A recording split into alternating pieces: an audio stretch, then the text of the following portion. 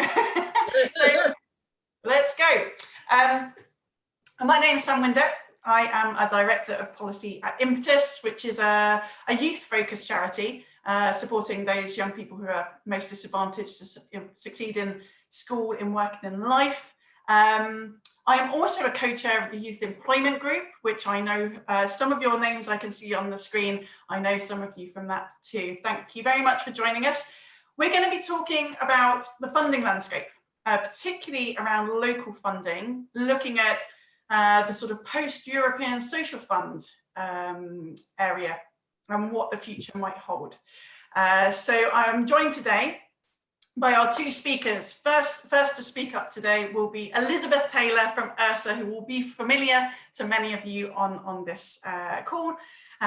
She's chief exec of URSA, used to be the chief exec of Bootstrap, knows the funding and provider landscape like the back of her hand, and will be able to give us URSA's perspective on the Shared Prosperity Fund, which is to come after the end of European social funds. And then after URSA, we're going to turn to Michelle Dawson, who's Managing Director of Community Services at ABRI.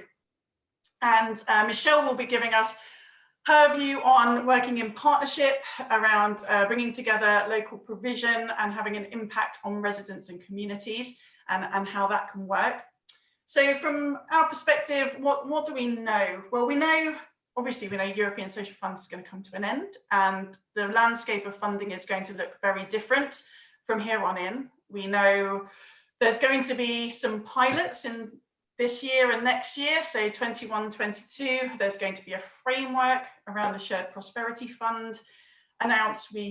Maybe timescales are slipping on all of these things, but we hope it will be sort of towards the middle of this year. But what does that need to do? What are the priorities? How are these things going to work best for delivering impact to residents and those who most need it? How do we transition? What are the priorities? What should the principles be? What are some of those answers that we need from these funds to work together? And we know within Shared Prosperity, there's going to be a people pillar.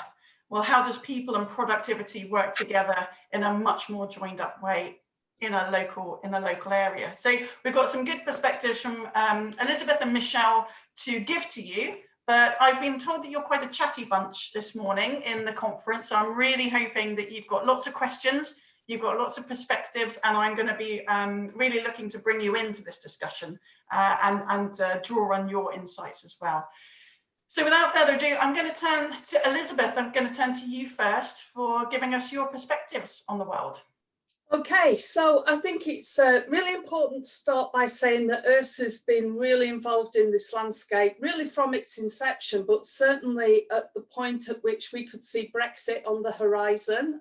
Sam, in her day back at URSA, led on the employment support sector's response to the changing funding landscape. So we have been working really closely with our members, and we've done 3 what we've called ESF UK SPF surveys so far. One of them is a little bit of a snapshot in time that we did last week that I'll share with you at the end of my presentation. The other thing that we've been doing is working with other organisations, national, regional, local, who have an interest in what happens with UK Shared Prosperity. And we've very much taken the view that whilst from URSA we're supporting the employment support organisations and the wider community, there are key messages that we share with other organisations who may then have other different emphases, but we've got enough in common to work together. So we talk to National Council for Voluntary Organisations, we talk to the Local Government Association, we talk to locality, etc., because we think those things in common are really strong and they're there.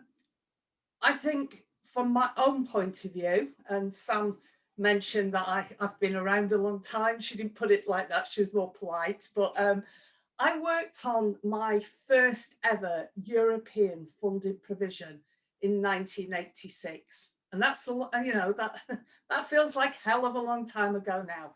And I think the important thing about that is that there were organisations delivering employment support, anti-poverty, empowering, community-based provisions way back before we'd had the New Deal, years and years before the work programme, and of course long before work and health programme and the things we've got now.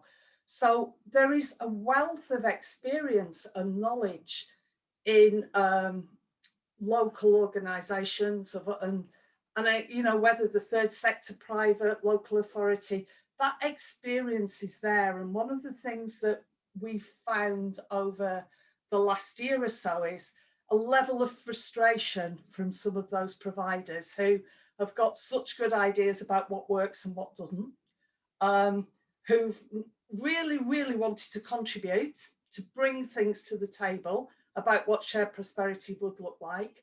And I feel like we're still knocking on that door.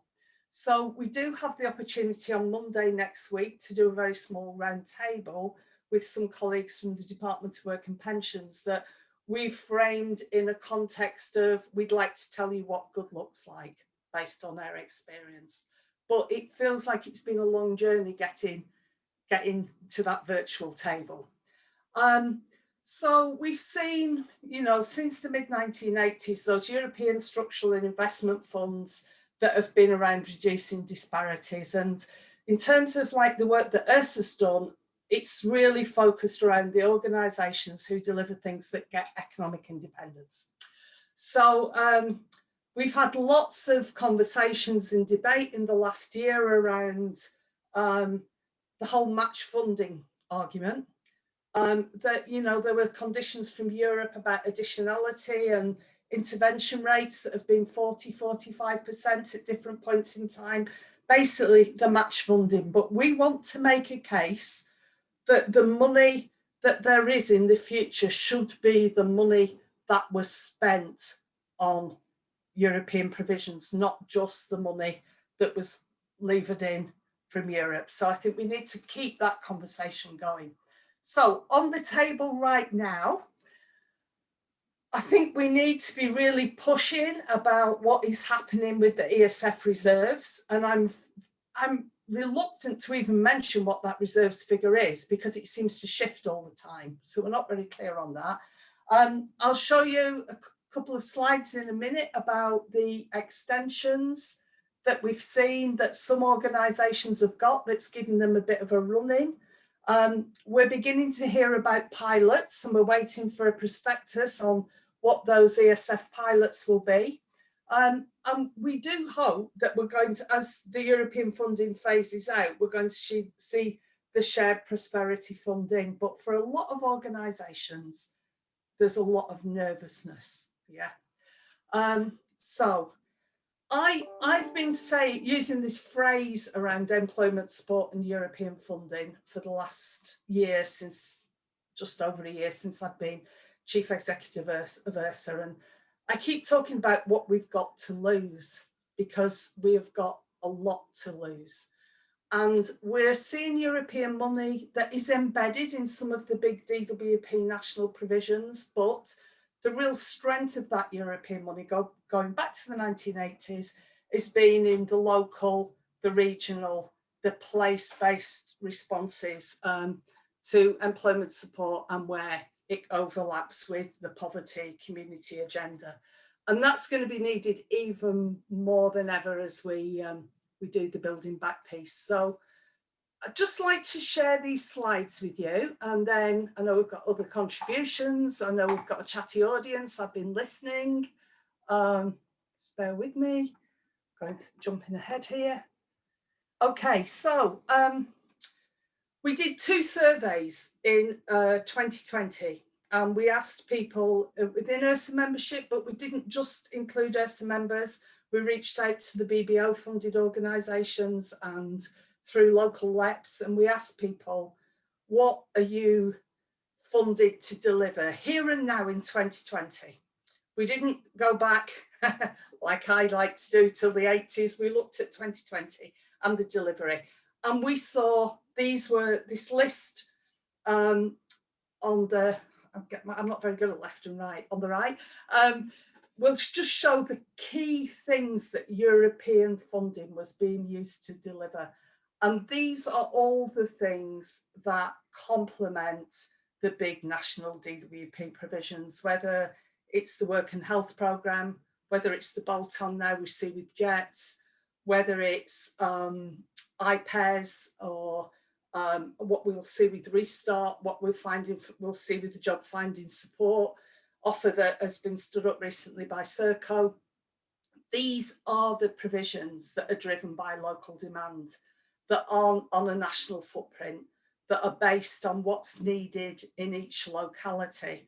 And that is the absolute key to what will make UK SBF a success.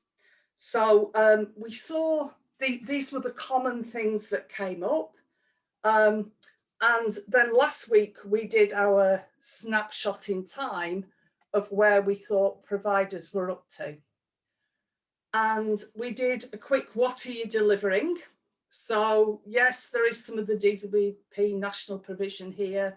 There's the DWP specifically procured ESF contracts, the National Lottery, the things that have come through LEPs and some of the other things. So that's just a sort of picture of the quick snapshot, 97 respondents last week. But then we asked people if they'd already had contracts extended. And I think that this is where there is some concern, because the National Lottery BBO contracts have really got their act together. People have had extensions, people can see the delivery will continue till the shared prosperity landscape starts, being clearly on our horizon rather than in the distance. But there are a number of organisations who still don't know what will happen. I say this is a snapshot in time. We in theory closed the survey last Friday, but we've given it another week because there's so many people involved in bidding for a restart and this and the other. So we're going to have something really accurate that we can actually take to the DWP with us on Monday. And then this was the sort of the question we were really asking, because this is only a quick snapshot survey. We asked people how concerned they were that there would be a gap in funding between existing provision and shared prosperity. And we know that organisations can't rely on that they will get the funding again, but they're delivering services that have a clear need that needs the funding again.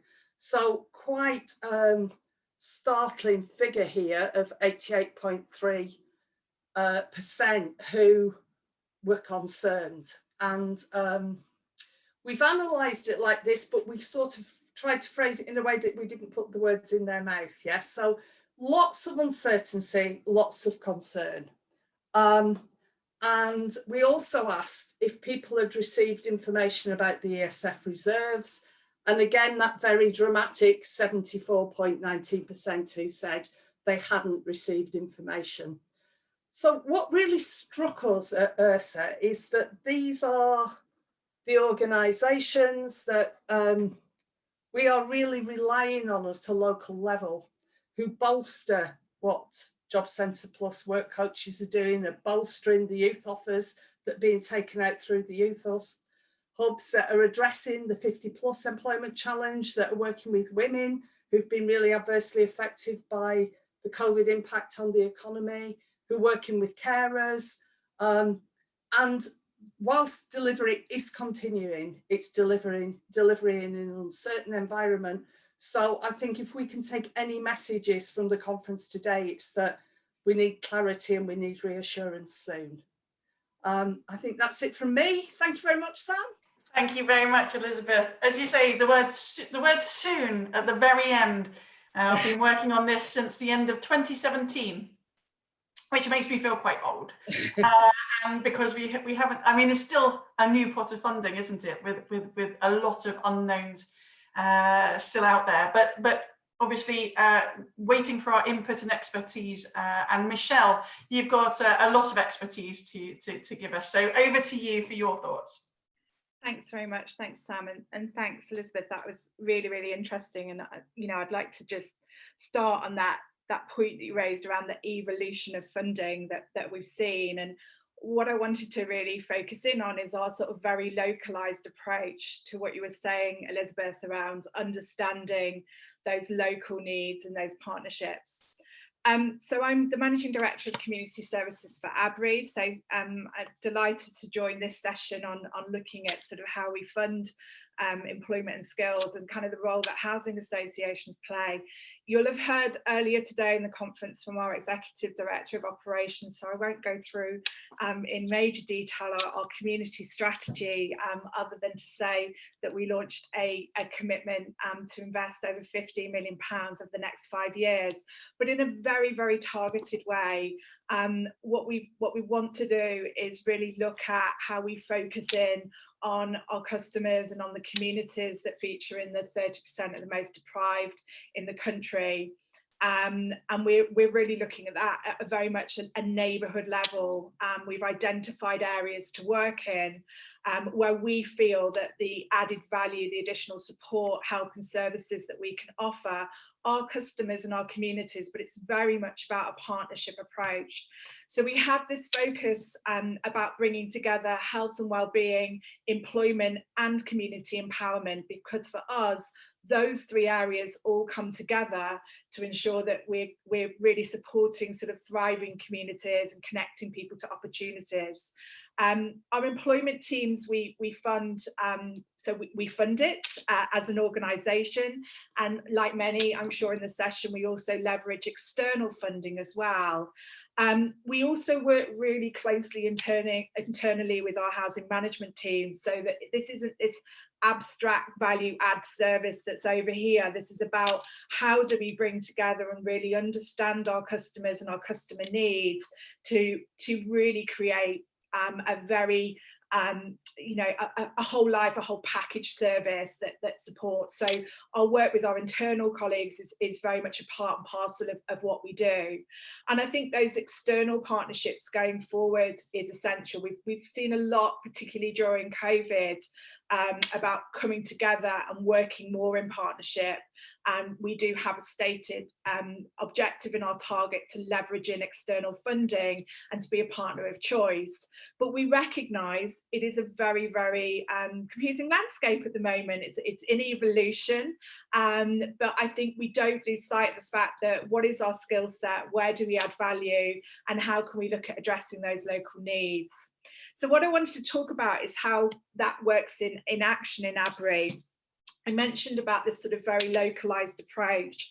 So our employment teams are very tuned in to kind of understanding our local labour markets. We operate across 37 different local authority areas, various different LEPs with different priorities, different skill bases that are required, inward investment, etc. So part of our work is really trying to understand what's required now, but also into the future, so that we can prepare our customers and the wider community for the jobs now and of the future.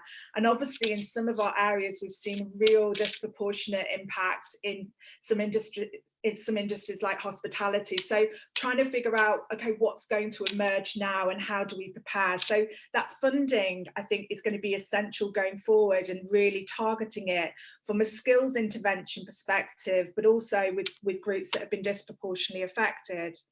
What we've seen over the last year in terms of looking at funding and kind of applying and being successful in some of our bids is that our localised approach is really working.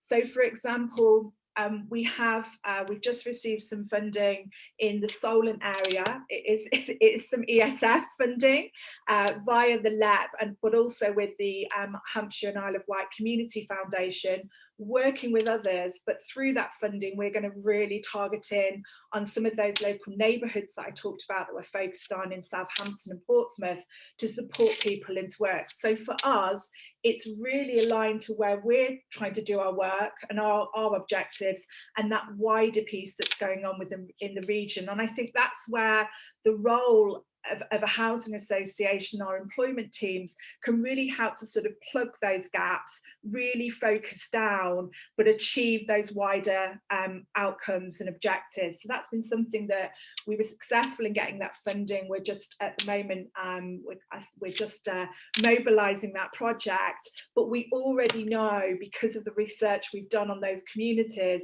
how we're going to target where we're going in. So that gives us that kind of why we've gone for that funding source, what it's going to do to add value has been really, really important. One of the other areas, again, it's looking at where we might have a specialist skill within our team that, again, can add something different in that community. So over in the West, we do some work with schools. We work a lot with young people in schools around information, advice and guidance for careers, but we also work specifically with special educational needs and disability pupils. So we've just received some funding from a community fund, and it's matched by the county council to put a dedicated worker in to work with people with SEND needs. That's going to see us, like, you know, again, utilise our specialisms, our skills that we have available within the team to address something that is seen as a real priority in that area, that we're able to kind of fill that gap and work with local providers and partners. We're also doing work around care leavers as well. So we're really trying to address where those pockets are, align it to our strategy, find those funding streams, but not drift, because I think there's sometimes a danger that you can drift a little bit with in the kind of seeking out funding. I think it is about really understanding what your offer is, how you can add that value, and how you can work together. So those are a couple of examples of what we've seen. We also run, we're part of Project VS, so the self-employment programme Create. We have our program's called Create, but part of a wider housing association collaboration looking at supporting residents into self-employment. We've just had some additional ESF underspend allocated to that project, you know, and we were able to kind of increase what we're doing there. So that's been really, really positive that that's happening. I noticed a thumbs up from Hugo there, so I know it's one of our sort of leading partners. But you know, that again, I think showing that collaboration, that partnership approach, where we're leaning in and finding out where those opportunities are. I think Sam asked me to kind of think about kind of hopes and fears for the future, to think about that, and I would say, you know, I've been in kind of this world and this landscape for probably a little bit longer than I like to, you know. So when Elizabeth was mentioning things, like, oh, I remember that, I remember it was called that. So around about, you know, 20 odd years, and you see various guises of things, you know, whether it be New Deal for communities, whether it be, you know, I remember some city funding that I had when I worked in Birmingham. You see these things coming out.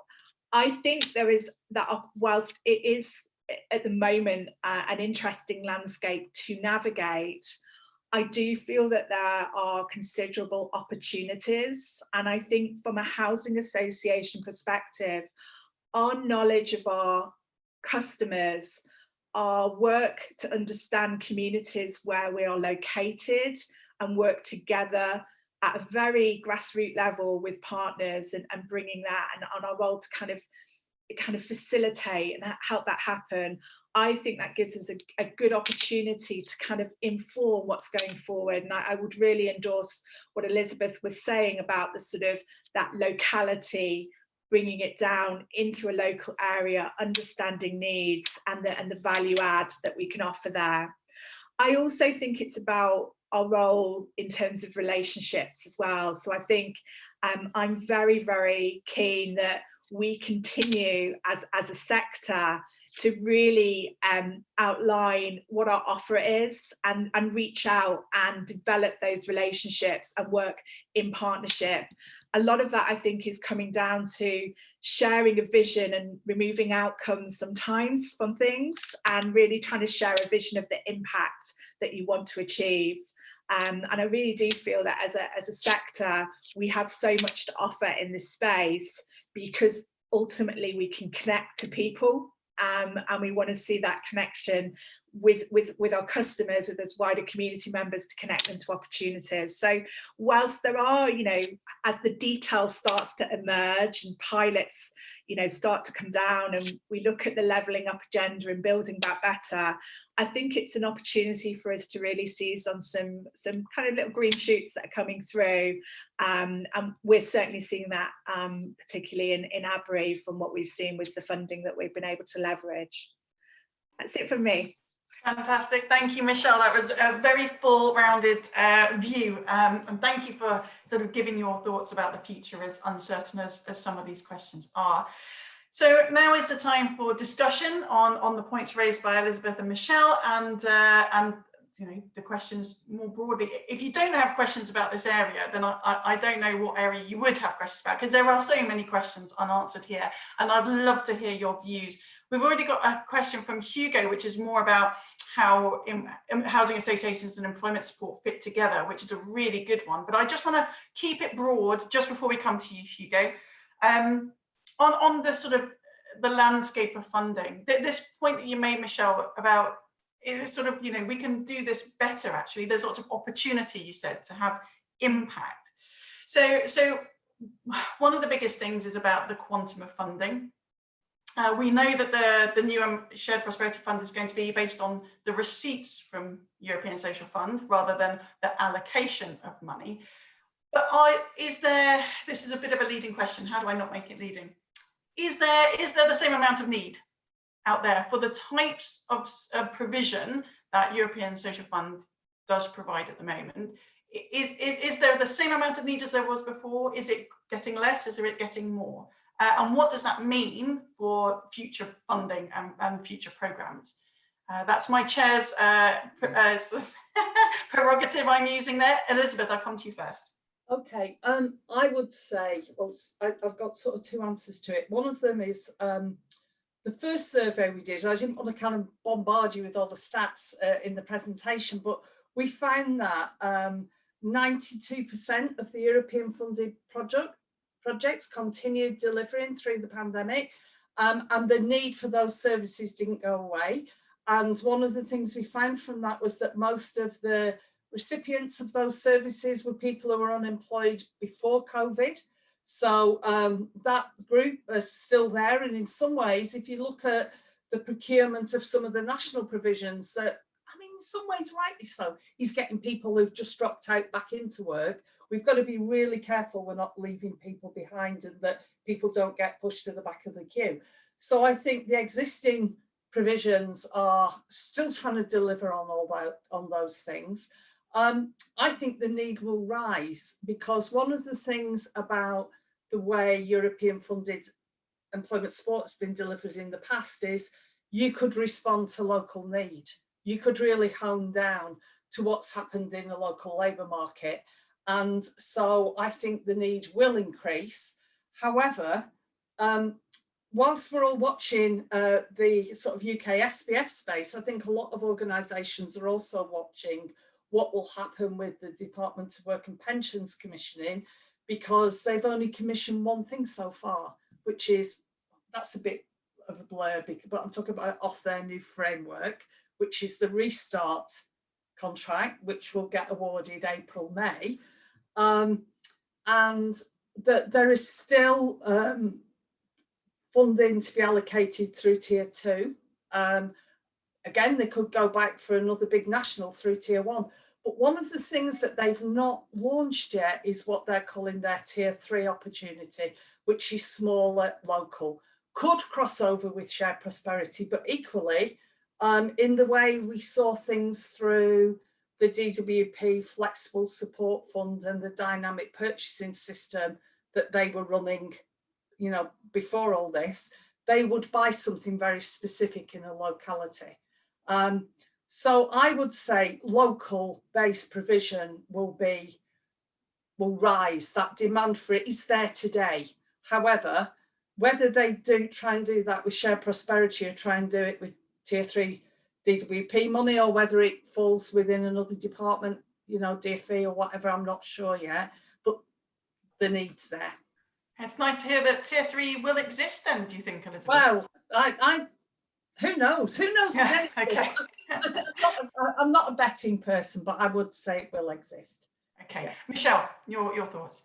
I think coming back to your point around the amount of need, and also then having a responsive funding regime that can look at that. I think this is about us understanding where we are right now, and we are in a labour market that quite frankly it's quite difficult to kind of really pinpoint. You know, we keep saying we will see X, you know, when furlough ends, you know, and that keeps gradually being moved out. So in terms of, you know, yes, we've seen increased claimants of universal credit, and we track that through our various teams, and look at how we get referrals out to the team. So the nature of our services might alter, because, you know, we might have a more a higher level of people that have just gone into unemployment, just, you know, that might need a quicker turnaround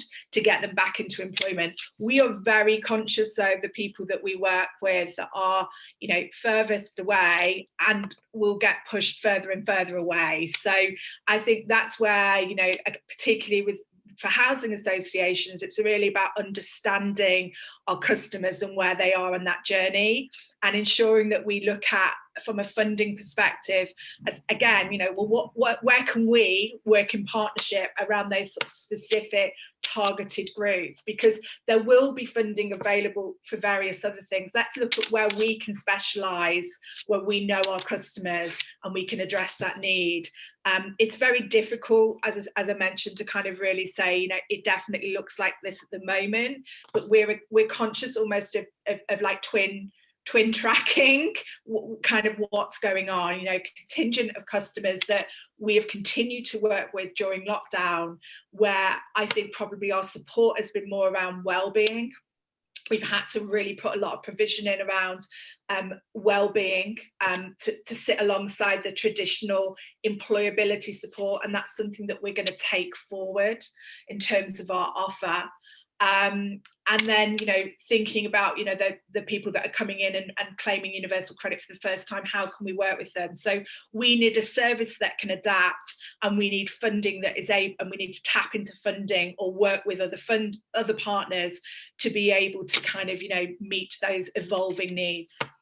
That's so important at the start, to understand where the need is and what the support's required, and then tailor it to that and get that out there. Thanks, Michelle, that made absolute sense.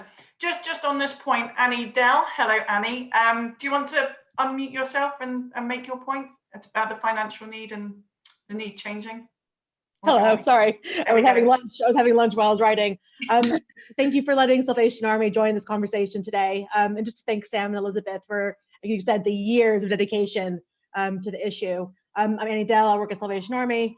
We deliver a wide range of ESF programs, and what we're seeing is that the need around UKSBF has definitely changed. Pre-pandemic, you saw the work and health program at a very low financial level. There weren't enough local delivery programs out there. Post-pandemic, the Department of Pensions has definitely stepped up. The national tension around employment has definitely grown, and we see a whole range of employment support programs now available to people across all different spectrums and ages. So we need to make sure that the UKSBF really catch those who are falling through the cracks. So those under 16 years old who can't qualify for universal credit, those with no recourse to public funding, those who are on furlough who won't qualify for the Restart program potentially, as well as those who are far away from the labor market. And that's really where we want to see the funding going. Yeah, to keep that focus, which it has traditionally been, but to keep that focus on those falling through the cracks. I like how you put that, Annie. Very important. So I'm going to turn to your question now, Hugo, then. Slightly different question, but do you want to put your question forward?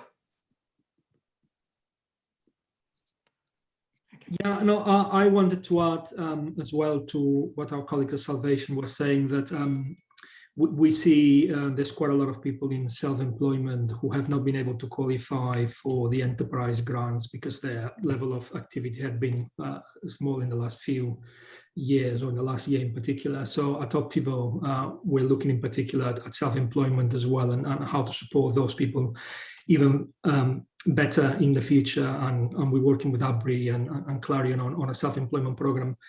But my question was different. It was about hearing from our critical friends at ISA about how they present us housing associations as a good partner for funding opportunities. Because I feel a bit frustrated sometimes when we seem to our main card quite often is we are the home for many people who are unemployed. And that's therefore a valid point, but we do have to offer more than that. So I just wanted a critical friend's perspective of how we position ourselves. I want to talk about that, Elizabeth. Yeah, it's interesting because I could see Hugo's question whilst I was listening to Michelle, and she said something that was really pertinent. And I think that what housing providers are really key local partners. And I think that whilst housing providers have a lot of access to tenants, sometimes what that role should be is bringing providers to the tenants, and other times it should be the housing organisation as the provider. And then there's the third scenario where it's in partnership. And I think that is the strength. And I think that if those three offers are on the table, that's when the housing sector is really strong in this area. And I certainly have got, lots of examples of all three of those and all three working successfully, because again, it always comes down to local need, doesn't it? But I think, as a housing providers should cast their eyes out really to who's in their communities as well and how they can work together. Do you have something to add on that, Michelle? I think Hugo's point around, we're often positioned that we have, we've got a contingent of customers that may be unemployed or have barriers. And I think we need to kind of really think about our whole mix of our customers. We have shared ownership customers that might have those ambitions around self-employment. So I think, again, it's that real understanding of who our customers are, and being able to really think about that value add and those services that either we can offer or is out there in the community. We should not be duplicating. I'm very much that it is about value adds and partnerships. So I think I echo your point really, Hugo, about how we position our customer. How can you say that we have 80,000 customers? You can't pick one description for 80,000 customers, and we work in all those different local communities. It's not a one size fits all. It's about, again, like understanding, targeting, and thinking about that value add. That very much chimes with Suzanne's comment. Suzanne, did you just want to chime in? There's a great comment that you made as well. You don't have to. Sorry, just put my microphone on. Yeah, I think it's something that I've challenged myself, and my team have challenged me, having come from the long-standing careers in work and in employment support. But I think it's that kind of, we've got to think about lots of other things. It's not just about the job. It's got to be about, is it the right job? Is it sustainable for their tenancy? Is it going to put them into a financial difficult position, which then would put their tenancy at risk? And we want to make sure, and housing associations invest in their communities. So we want customers to be able to have higher skilled jobs and better paid jobs and more, sort of more permanent jobs, so that they can then invest in their communities, invest in their homes. We want people to invest in their homes and look after them and be in there longer term. So I always feel like that's the real niche. We're in it for the long run. And I think it's us also taking advantage of the fact that we are anchor institutions. We live and we remain where our properties are. Bigger organisations, sort of your big providers who kind of get the big contracts, they're national. They don't have bases where they live. We are our communities, and therefore we have such a huge investment in that community to make sure that's sustainable and help them aspire. What you just mentioned there, aspire to do more and potentially become shared owners or full owners. And then how do we support them on that employment journey to do that as well, and that skills journey? So that for me is really where we've kind of been digging deep, is the big niche. So many good points coming up in this breakout. Gosh, I'm glad it's being recorded. I hope everyone can listen to this afterwards. Thank you, Suzanne. That's really important. And I'm really pleased to hear so many of the points you've made, Hugo and Suzanne, about sort of quality of work, the right job being really important. Self-employment, you mentioned, Hugo, are all issues that we're really looking at in depth in the youth employment group related to young people and youth unemployment going forward. And yeah, the youth employment group, we've got sort of real big pockets of activity around those particular issues, which is super important, not just thinking about getting people back into work, but what is the work that they're going back to? How do we engage with employers around that? Judy, you've raised a question. Don't think I've forgotten you. You've raised a different question about positioning yourself for accessing training skills funding. Do you want to just elaborate on that slightly so that we can answer that? Thank you. Hi, yeah. So we're fairly new to the game, I guess. We're probably in our 5th year. We've managed to access some ESF funding, but we've just cottoned on to Restart and the whole CARES framework. And so I just wondered if anyone had any advice about how we, where should we be? Where should we be sitting? Who should we be working with?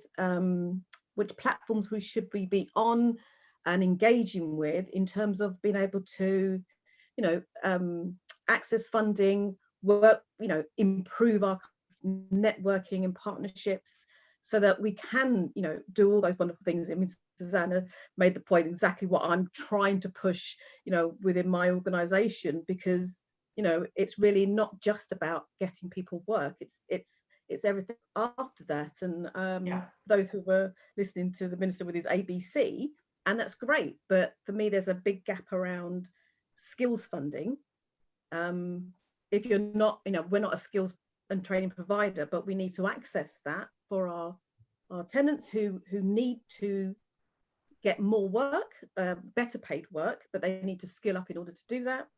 And also, how do they then get support and funding if, for what we've seen, a number of our single parents who've got caring responsibilities, have got maybe 1 or 2 part-time jobs, where do they get the support for them to take time out to study? Yeah, and that needs funding, which I can need, and I want to be able to do it, but I know where to access the funding and get the. Yeah, really, really good point there, both about the current situation and how you can knit it together and form the partnerships that you need, but then we might take it into what does that look like in the future. Michelle, I'm going to come to you first on that one, because you have been doing a lot of this and maybe you've got some good insights to share. Yeah, I mean, Julie, I'm happy to catch up with you sort of offline, and I can put you in contact with members of the team that kind of, start to navigate this. I would say probably over the last 18 months, we've had a bit more of a targeted approach.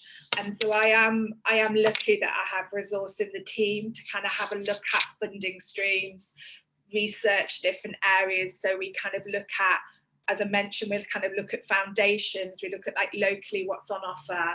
So I do have resource, which I realise is very, very lucky. But, what we've been trying to do is kind of, again, identify areas where we kind of know we might get something from it as well. So let's not go for everything. Let's be targeted. Let's be focused. Perhaps we do need to get the relationships with some of the primes and then see what comes out of that.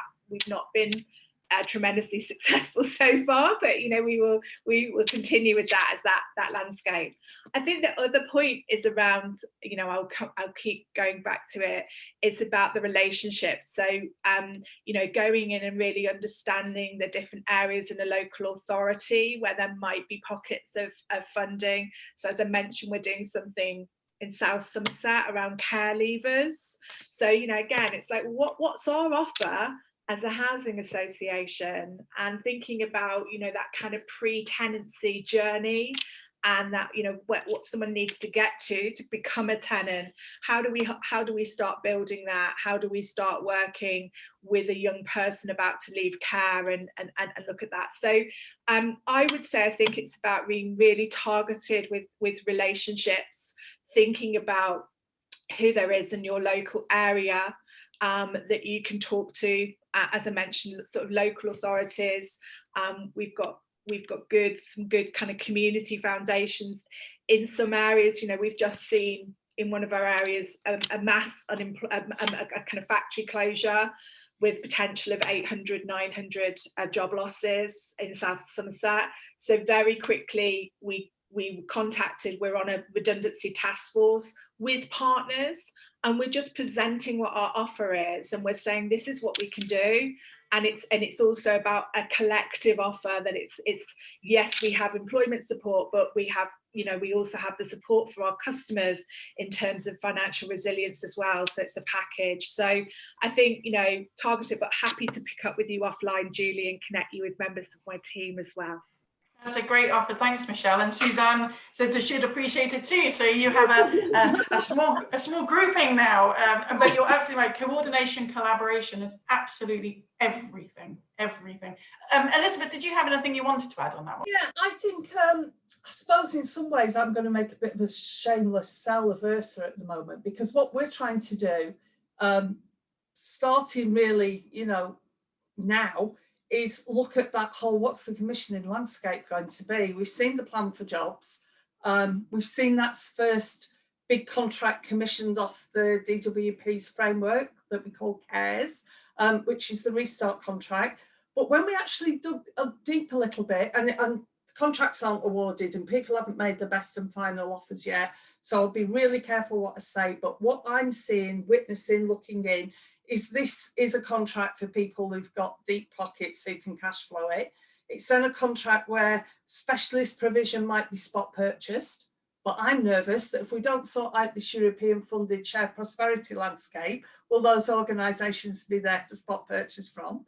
So we've had that restart commissioning, and then I think we're going to get a little window. So what we're trying to do at Ursa at that point is lots of market engagement activity, so that we can take those organisations that have landed on tier 1 and tier 2 of the commercial agreement, we can introduce them to organisations in communities. And we're also going to run a piece alongside that that's a sort of 360-degree commissioning piece, where we're inviting commissioners to talk about what they are looking for, not in specific contracts, but in the COVID response. We're asking the primes to give us some training for potential supply chain organisations, and some of them have signed up to sessions now about the do's and don'ts of commissioning. And we want to create a voice for subcontractors who say things like, why isn't there just one initial expression of interest form? How do I spend all this time filling these forms in and then I get told I'm not going to be in your supply chain? So we want to give that sort of that whole 360 degrees approach to it, from the commissioners, from the prime organisations who have to make the contracts work for them, yeah, but equally to actually be a voice for this, for the subbies and for the subcontractors, but also that last bit of just bringing the market together, because often people attend Ursa forums around health, disability, youth, that don't always interact with the primes. And then we've also tried to now do some mapping about the contract package areas that are big contracts are going to be on, overlaid that map with the LEPs, overlaid it with some local authorities, some housing providers, some health, you know, initiatives looking at the BBO offers, multi-layered map, so that we can try and build a healthy commissioning community. So that's a bit of a sell. We're not an alternative to communities that work. We work really closely with Lindsay. You can have dual membership. I can't miss this opportunity to say it. But you know, please engage with us. Reach out to me. Yeah. You're muted, Sam. Looking forward to it. Looking forward to that training. Am I muted? Can you hear me? Yeah, we can hear you now. You Yeah. can hear me now. Excellent. It just said the host muted me. I mean, that doesn't happen very often. Good. There's a couple of people with their hands up, and we'll turn to you now. Nick Parker, you had your hand up. You've got a question. Not a question, just a couple of comments about Hugo's point about housing providers. I mean, I think lots of the points have been already covered, but also we're really big employers. So actually our access to job opportunities when we're working with people is huge, whether it's our supply chain or actually just our own organisation. And I tell you what, if you help a tenant into a job and it's working for you, they're really loyal to you as an organisation. They're some of the best champions. So we've got huge amounts to offer there. With Julie's question about local delivery, we've got a contract with the local college, and we've accessed a bit of funding from them. Yes, we do match it with some of our own, so we can deliver to small groups, and we do basic courses, employability, IT skills and stuff like that. But I think we have so much to offer if we join it up when we're helping people into work. And there's also our supply chain and stuff like that. Thanks, Sam. Good points, Nick. Nice to see you. I was actually just reminiscing with Michelle before this breakout, which was the beginnings of ABRI, which was Radian as well, which was Radian acting as an employer, taking on young people and bringing them in through the youth contract, which is where Communities at Work started from. So it all comes around. You're absolutely right, as an employer as well. I'm going to take another question from Gavin, because Gavin, you've had your hand up, and then I'll come back to you, Elizabeth and Michelle, for final comments. Gavin. Hi, Sam. How are you doing? Good. Some of you may recognise my mic. I guess there's some comments and also questions on my person's lived experience. So I'm a L&Q tenant, but I'm also on the advisory board for Homeless Link. So we advise on homelessness and deliver advice through lived experience. But I'm also now having been housed and being homeless, I've now moved on to academia. So I'm now an academic at LSBU. And what I've noticed from our discussions, really, we need to consider more actors and ecosystems that are really considering asset-based community design for inclusion that really builds on the collaboration for homes and touchdown spaces. We also need to try and do away with the current space of government by initiative, and we need longer-term goals in delivering those community spaces and how we deliver wraparound support for individuals going forward. I don't know if that's helpful. If you have any really other important questions. Yeah. Absolutely, Gavin. Really important points. Asset-based approach, ecosystems, wraparound support, all the things that funding absolutely needs to support, both now and making it this sort of better funding pot, hopefully, in the future. If you'd like to have any questions, take back to the Homeless Link board, then please let me know. That's a really kind offer. Thank you so much, Gavin. I'm going to come to you now. Elizabeth, I'll come to you first, and then Michelle for your thoughts on those questions and anything final you want to add. Okay. Well, I think, the whole theme of the session really has been about that local, that responding to need, about knowing communities, the role that housing providers have in understanding and knowing their communities, the opportunity then to partner up with organisations in those communities. I'd like to think that when we get to shared prosperity, it's going to be that very sort of local response focus, but equally, if we build the partnerships now at local level, we have strong offers for big national contracts as well, so that they can be tweaked and delivered. And so I think, this should be the beginning of a conversation that runs through now as we get to the sort of economic responses to COVID, as we get out of the restrictions. The partnership opportunities are endless. And I think we should just keep talking. Partnership, really key. Michelle?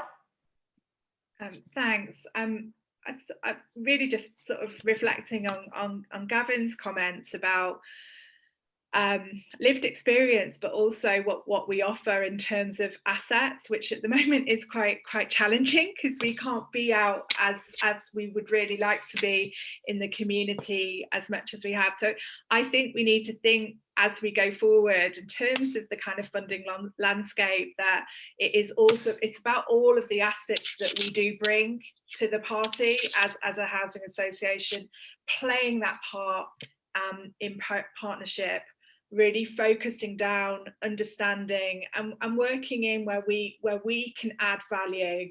And it's about those local relationships. And, I think it's also then about, how do you escalate that up at a regional and national level to demonstrate that best practice? So I've seen lots of things go out in different parts and patches of the country, and you're like, well, I'm here and I'm now kind of you know, I'm doing it again or reinventing the wheel. I think there needs to be, as we can take this opportunity going forward to really ensure that we get that best practice, we really learn, and we look to replicate models and scale them up where they're working as well.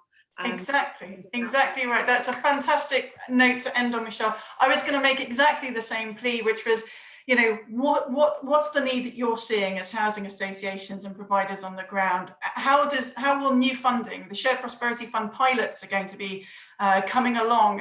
What should they focus on then? You know, based on your knowledge, on what you're seeing, on what your support that you're providing. And then who's thinking innovatively about those partnerships and how we start to build those into those pilots? Who's starting that preparation, you know, before we hear about them? I think all of this discussion should feed into those, and how should the funding then support those partnerships is crucial. I think collaboration is going to be the theme of them, and you know, what should those outcomes be that we're looking to get.